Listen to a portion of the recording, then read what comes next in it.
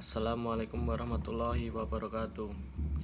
Perkenalkan, nama saya Ramdan Maulana, Universitas Widya Mataram, nomor induk siswa 2012 17729, kelas 2020C, Fakultas Hukum.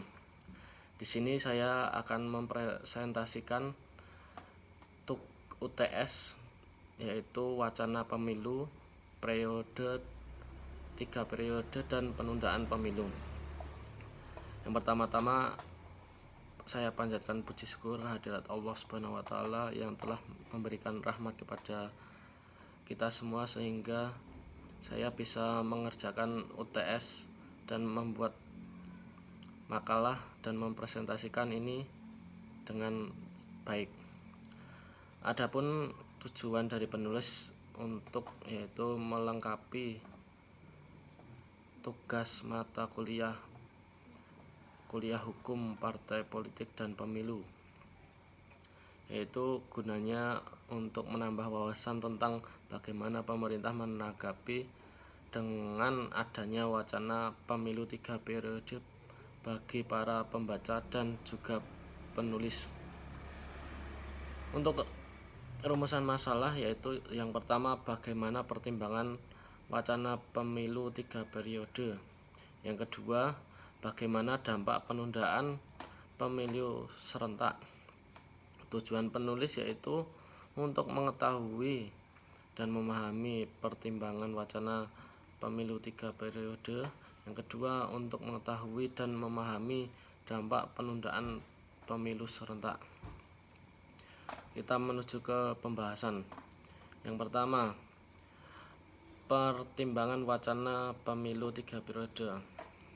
Pernyataan ini sempat disampaikan oleh Amin Rais terkait wacana masa jabatan 3 periode untuk presiden, disampaikan pada Sabtu 13 Maret 2021, di mana menurut Amin rencana pengubahan ketentuan masa jabatan presiden menjadi 3 periode tersebut akan digunakan dengan cara menggelar sidang istimewa melalui MPR agar dapat mengubah atau mengamandemen UUD 1945 RI, di mana mungkin satu atau dua pasal yang diusahakan untuk memperbaiki, lanjut Amin Rais dalam tayangan Kompas TV pada Senin 15 Maret 2021.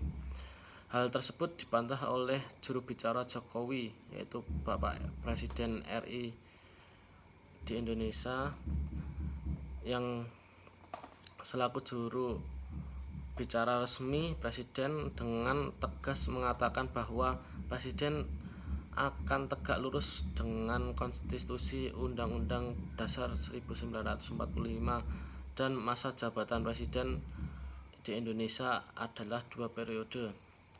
Hal tersebut menjadi polemik antara yang pendukung pro Jokowi dan yang kontra sama Jokowi. Salah satu peraturan pembatasan kekuasaan presiden di mana menegaskan pembatasan terhadap masa jabatan presiden dan wakil presiden tertuang di pasal 7 dari Undang-Undang Dasar 1945. Namun pada masa lalu ternyata pengaturan pada pasal 7 tersebut tidak diketahui dengan peraturan batasan atau masa jabatan Presiden RI serta Wakil Presiden di Indonesia. Kalau saya itu menurut dari warga masyarakat, mungkin untuk 3 periode itu saya kurang setuju karena mengubah Undang-Undang Dasar Indonesia yang sudah ditetapkan dari nenek moyang. Mungkin kalau jadi 3 periode, kemungkinan besar itu menjadi perbuatan bisnis elit, yaitu. Yang kedua, rumusan masalah yaitu dampak penundaan pemilu serentak.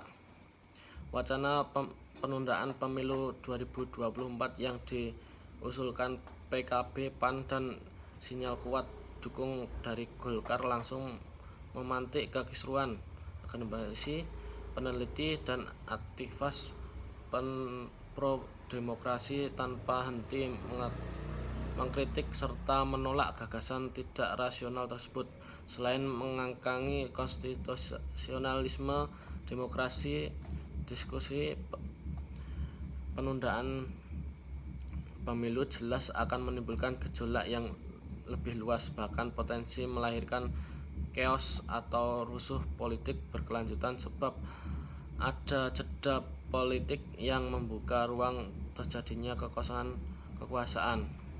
Jadi kemungkinan apabila ditunda itu banyak yang diboncengi antara pro dan kontra, yaitu kalau pro itu diboncengi oleh pengusaha-pengusaha yang sudah